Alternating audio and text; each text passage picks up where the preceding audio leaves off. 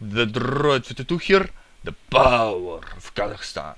Today I bring you some Gunmaster on Battlefield 3. And Gunmaster is a gun game, and I don't actually really like Battlefield gun game because, first of all, it's team deathmatch. I wish it was free for all because the maps are really big. Counter-Strike, they're half of that. They're pretty small, and this one is big, even bigger than a fucking dildo. No, I'm joking. But yeah, the maps are big for a gun game in my opinion. Free for all would have made it better. If somebody kills, like, you try to kill someone, somebody else, your teammate kills them, that's a kill steal. You feel bad, but if in free for all somebody kill steals and you know their position, you can kill them. Simple. Yeah. But yeah, so gun game in my opinion is freaking great, and actually I won't be playing Battlefield gun game because it's slow paced comparing to what I'm used to. Counter-Strike is like you spawn in, you gotta get a kill, or else you'll freaking lose. And in Counter-Strike it requires more skill than here in Battlefield or in Call of Duty, because Call of Duty it's more towards luck, finding people and killing them first, of course. But anyways, today I actually want to talk about community-based DLCs or map creation.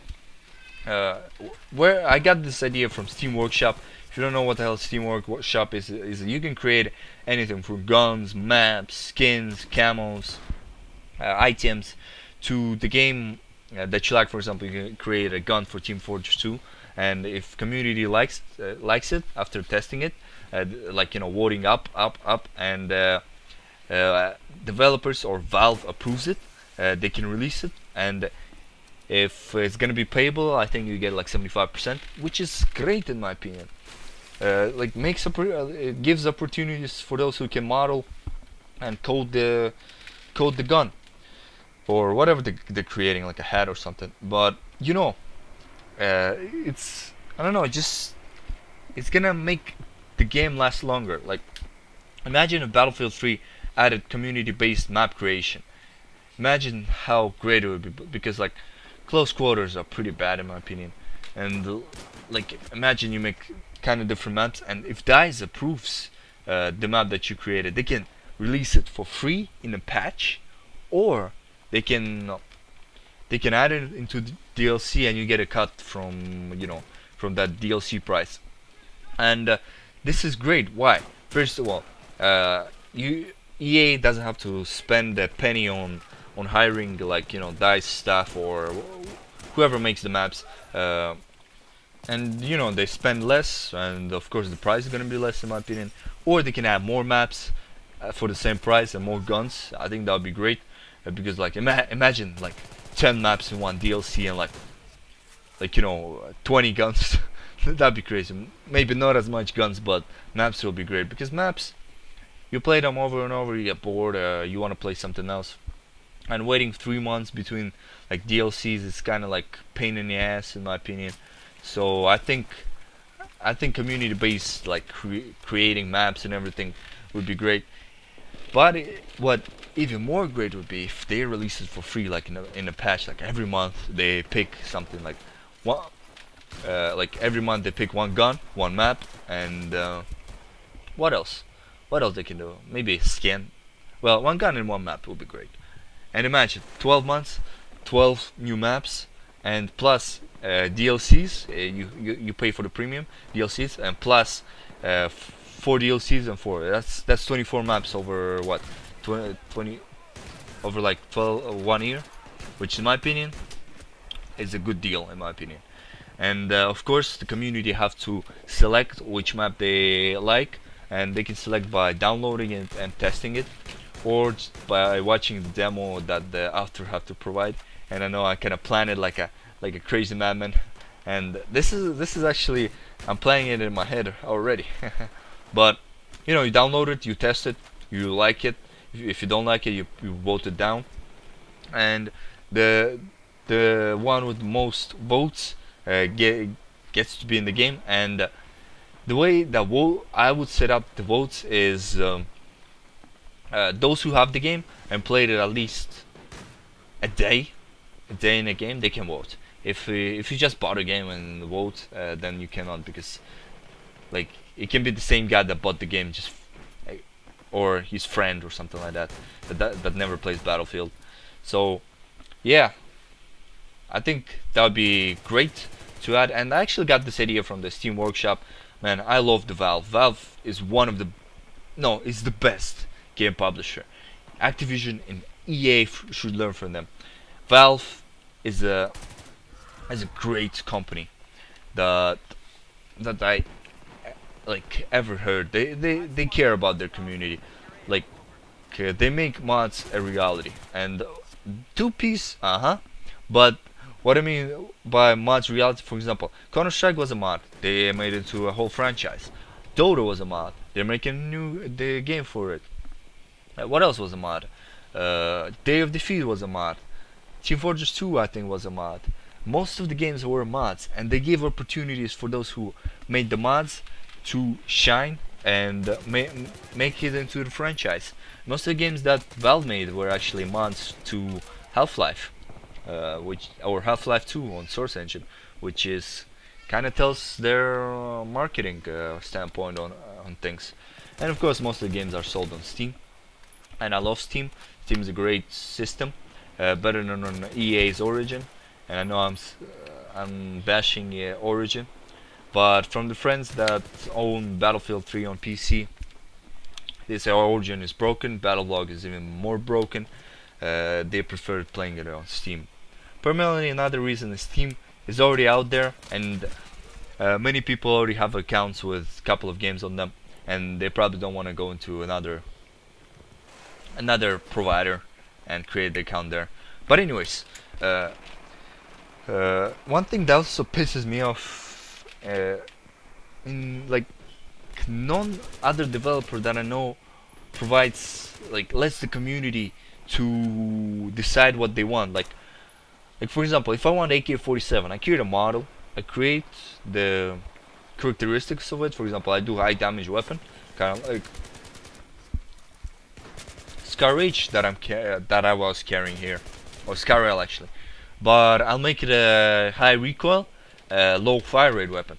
You know, in real AK-47 it shoots like a you shoot I think 10 bullets in full burst. If you don't have a good grip, it's gonna go all the way up. And in my opinion, that kind of cool. And of course, before implementing in the game, the developers, the real developers such as DICE or EA, well, DICE, of course, it's their game. They gotta test it how it fits in Battlefield 3. Like the new map, they can tweak it, like, you know, make more destructible stuff, like, or reduce some destructible stuff, and yeah, they can tweak it. And in my opinion, that'd be great. That would make some people go over to your game, because there are many artistic people out there who can code, create a map, and if you provide this development kit, if like for example DICE provides a development kit for like the maps, at least guns you don't need, you can create in 3D well, model creator. And well, if they provide everything, that's gonna be even great, in my opinion, even easier, and people gonna flood with the requests. And of course, the one that gets the top is gonna win. And yeah, that's kind of it. The community can do everything, and it's gonna keep the game fresh every month, or maybe 2 maps and 1 gun, or 2 guns. But it's gonna keep the game fresh, and if you keep the game fresh, more people are gonna be playing over its lifetime. And like every 3 months, for 4 maps, I think it's just ridiculous. Like Call of Duty leaked, even though it's a stupid money hoarding system. One thing I found is great is 1 map per month, I think, or 2 maps per month, whatever. You get the idea.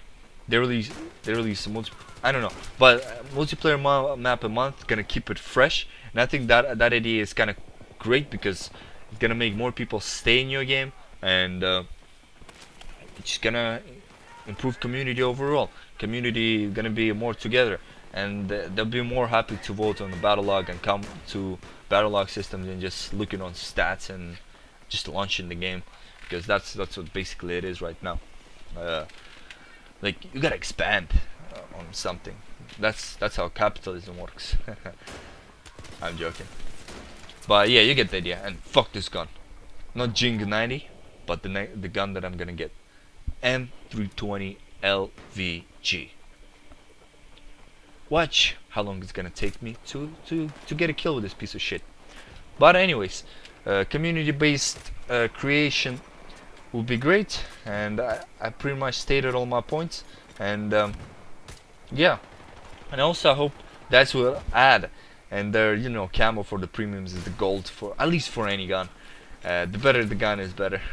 I just want it for AK-74M or any Russian gun. I'll take it. I'll go with the golden camo.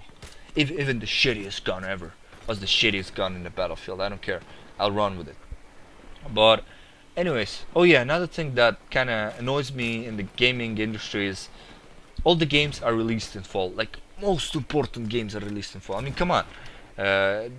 Like, imagine 10 people try to take like a pie, slice of the pie. Of course not everyone is gonna get the same amount, but that's how the fall feels like. Like, there's a lot of games like Far Cry 3, Halo 4, Hitman Blood Money, and Medal of Honor, Call of Duty, of course. And they always try to get a slice of the pie in Christmas, but hell, they're not gonna buy your game because of the name, and they don't know what to expect. With Call of Duty and Medal of Honor, they didn't know what to expect, at least, and they're gonna buy that game, and there's at least a fan base. But with other games like Far Cry, Hitman Blood Money, they don't expect too much from you, and plus not many people are willing to spend $60 on the game that they play, like, I don't know, less than a month.